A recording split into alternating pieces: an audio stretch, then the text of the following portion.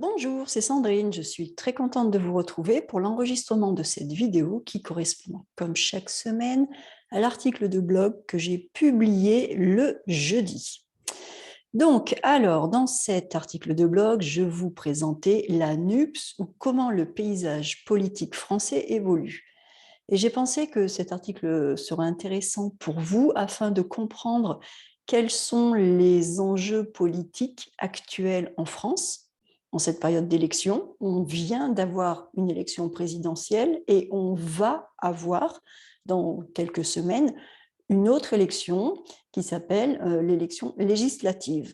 Donc pour notre élection présidentielle, on a élu le président de la République, Emmanuel Macron, pour son second mandat, pour la deuxième fois. Donc deuxième mandat, on dit aussi un deuxième quinquennat, puisqu'un mandat de président de la République dure 5 ans. Et là, au mois de juin 2022, nous allons retourner élire les députés. Les députés, ce sont les personnes qui siègent à l'Assemblée nationale et ce sont des gens qui proposent des textes de loi, qui votent des textes de loi. Donc ces élections au mois de juin s'appellent les élections législatives. Et en ce moment en France, le paysage politique plutôt bouge pas mal, avec en particulier la création d'un nouveau parti qui s'appelle la NUPS. Donc, je pensais qu'il serait important de vous parler de cela, toujours d'une façon assez générale, de façon à pouvoir comprendre les enjeux, les grandes lignes. Pas la peine de rentrer dans le détail, hein, on ne va pas partir faire un concours de sciences politiques, mais juste de quoi vous donner assez d'informations pour comprendre ce qui se passe, pour comprendre quels en sont les enjeux. Alors, on y va. Donc, la NUPS, ou comment le paysage politique français évolue. Alors, donc, ce que je vous dis dans l'introduction, c'est à peu près ce que je viens de vous dire, hein, que je vous fais un point pour vous aider à avoir une vision globale de certains événements politiques en France. Ça, c'est assez important. Ce qui est important aussi, c'est non seulement de vous permettre de comprendre ce qui se passe en France, de vous donner une culture, de vous permettre de suivre les actualités, la radio, la télévision, ou de lire la presse, mais c'est aussi quelque chose de très, très important parce que ce nouveau parti politique, la NUPS, bouleverse le paysage politique français. Il est intégré à ce paysage, dans tous les cas, même si ce parti ne dure, imaginons que ce parti ne dure pas très longtemps, dans tous les cas, il fait partie de la réalité politique française actuelle. Donc, ce qui peut se passer dans un an, c'est d'avoir, ou même dans 6 mois ou dans 3 mois, c'est d'avoir pour le DALF des textes de culture générale, d'actualité, qui évoquent la NUPS. Et donc, si vous tombez le jour d'un examen sur des textes qui parlent de cette alliance, il est assez intéressant pour vous de savoir vraiment ce que c'est. Et donc, c'est le but de cet article. Le but de cet article, c'est de vous donner une vision globale de cette NUPS, ce que c'est, donc un article assez simple, hein, qu'est-ce que c'est, pourquoi et pourquoi. Donc vous remarquerez un pourquoi en un seul mot, pourquoi, donc quelle est la cause, et pourquoi en 2 mots, pourquoi faire, dans quel but. Voilà, donc j'ai structuré mon article de façon assez simple, encore une fois, pour vous donner une vision globale de la situation. Alors la NUPS, qu'est-ce que c'est? Donc il s'agit de la nouvelle Union populaire écologique et sociale. Joli nom. Nouvelle Union populaire écologique et sociale. Donc la NUPS, ce n'est pas un parti unique en fait, mais ça regroupe divers partis politiques de gauche qui se sont unis pour avoir plus de poids, plus d'importance. Et parmi ces partis de gauche, on retrouve les grands partis historiques de la France, hein, comme le Parti socialiste. On retrouve le Parti écologique, donc les écologistes, le Parti communiste et un autre parti qui s'appelle la France insoumise. Alors la France insoumise est un parti important dans cette histoire parce que ce n'est pas l'un des gros partis de France traditionnellement, Mais depuis plusieurs élections, ce parti qui est plutôt assez radical gauche, assez un peu extrême gauche, ce n'est pas un parti gauche-centre, non, non, c'est un parti plutôt gauche-gauche. Donc, ce parti de la France insoumise, cela fait plusieurs élections, élections régionales et élections présidentielles qui montent. Et là, lors de la dernière élection présidentielle, c'est un parti qui a fait quand même un bon score, qui a dépassé les 20% de vote au premier tour. C'est énorme.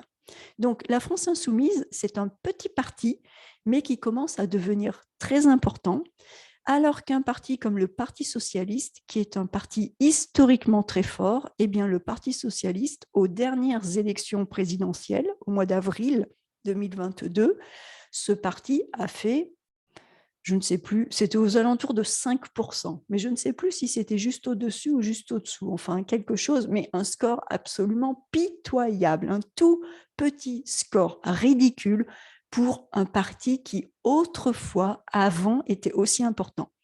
Donc voilà, donc on a le Parti socialiste, les écologistes, le Parti communiste qui se sont mis avec la France insoumise, qui se sont mis pour former un grand parti. Donc, cette NUPS a vu le jour au lendemain de l'élection présidentielle d'avril 2022, afin dans le but de présenter un front de gauche. Un front, faire front, c'est faire bloc. C'est se mettre face à quelque chose pour pouvoir bloquer. On fait un front. Donc, pour un front de gauche, pour faire front contre le parti d'Emmanuel Macron, La République en marche, et contre des partis d'extrême droite. Donc ce front de gauche qui est uni et qui a en figure de proue, alors une figure de proue, ça veut dire à sa tête, eh bien Jean-Luc Mélenchon. Et qui est Jean-Luc Mélenchon? Eh bien Jean-Luc Mélenchon, c'est tout simplement le président de la France insoumise. Donc, c'est pour ça que je vous dis que la France insoumise est importante, parce que c'est la France insoumise qui réunit ces partis, et à la tête de ces partis, eh bien, on trouve Jean-Luc Mélenchon, qui est lui-même à la tête de la France insoumise. Donc, dans ma phrase, j'ai utilisé une figure de proue.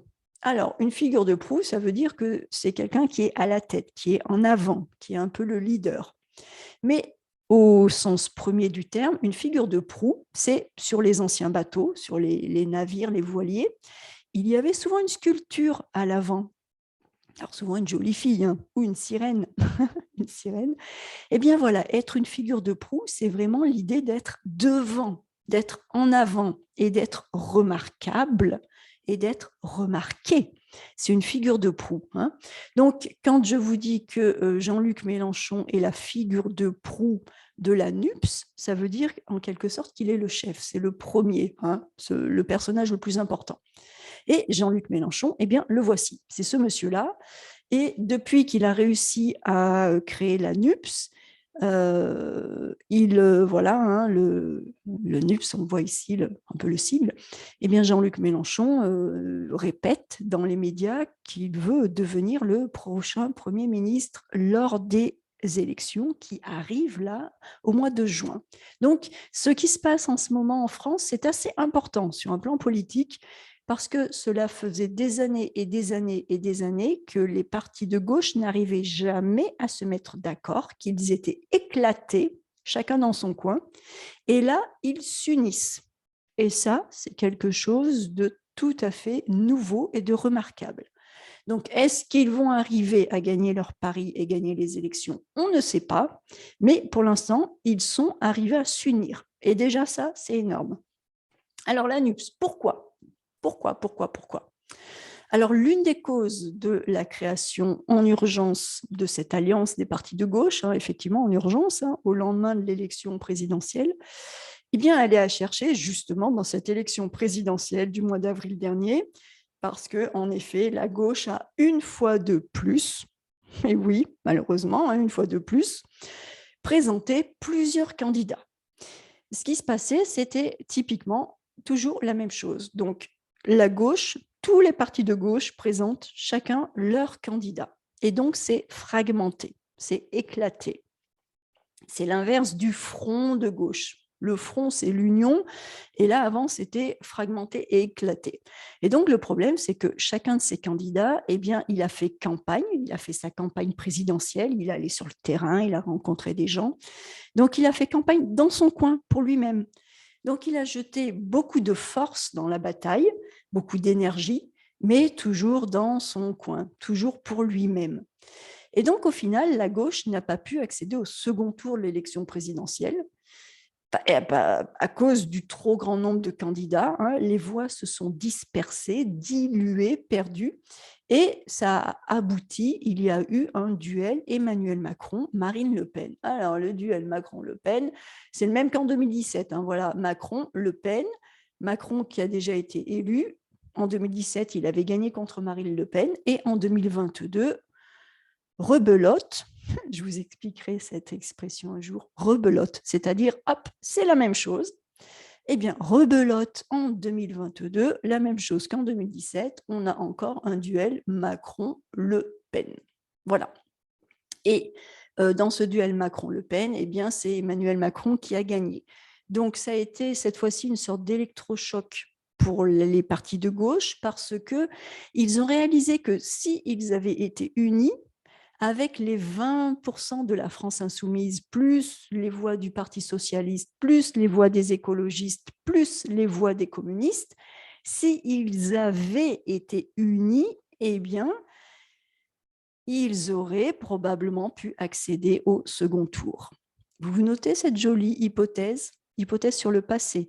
Si les partis de gauche avaient été unis, ils auraient pu accéder au second tour. Hypothèse sur le passé, parce qu'ils ne se sont pas unis et ils n'ont pas pu accéder au second tour. Donc, face à ce constat, eh bien, ils ont décidé de s'unir pour les prochaines élections. Voilà, ils y arrivent. Alors, du coup, la NUPS, pourquoi tout d'un coup ils bougent pour ces élections? Et pourquoi est-ce qu'ils sont capables de faire maintenant ce qu'ils n'ont pas été capables de faire il y a 2 mois? Eh bien, parce que maintenant, ils se disent que quand même, il faut réagir. Et donc, leur but, c'est de gagner les élections législatives.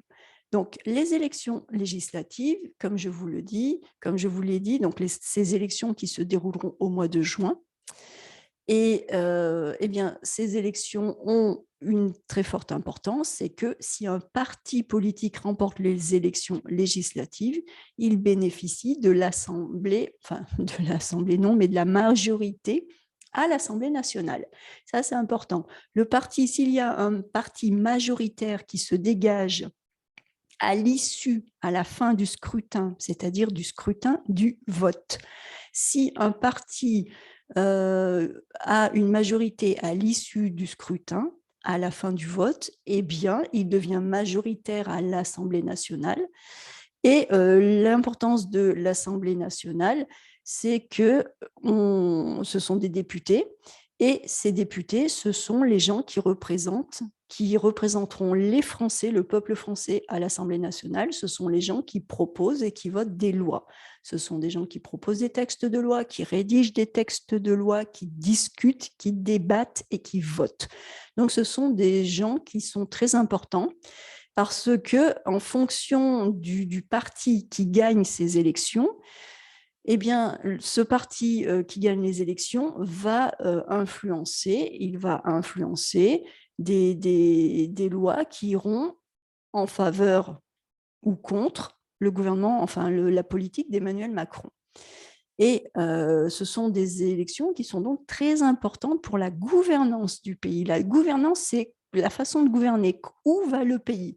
Est-ce que le pays va aller vers une politique un peu plus libérale ou est-ce que le pays va aller vers une politique plus sociale?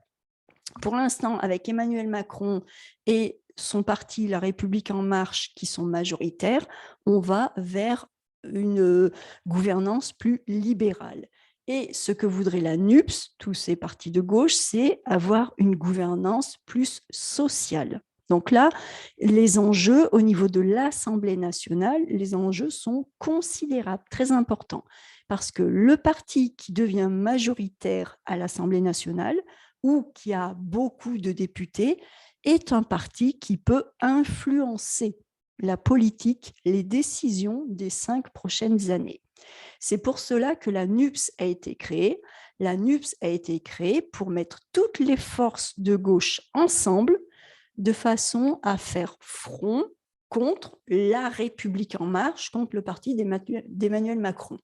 Alors, j'avais juste des images le Palais Bourbon. C'est là qu'il y a l'Assemblée nationale avec les députés qui siègent, qui sont assis, qui siègent dans l'hémicycle. Ça fait un demi-cercle.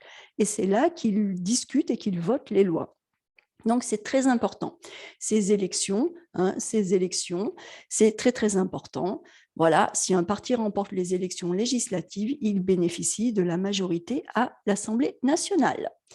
Car lors des élections législatives, les Français votent pour élire leurs députés, celles et ceux qui les représenteront à l'Assemblée nationale, qui proposeront et voteront des lois qui iront en faveur du gouvernement ou contre lui. Ces élections sont donc très importantes pour la gouvernance du pays. Voilà.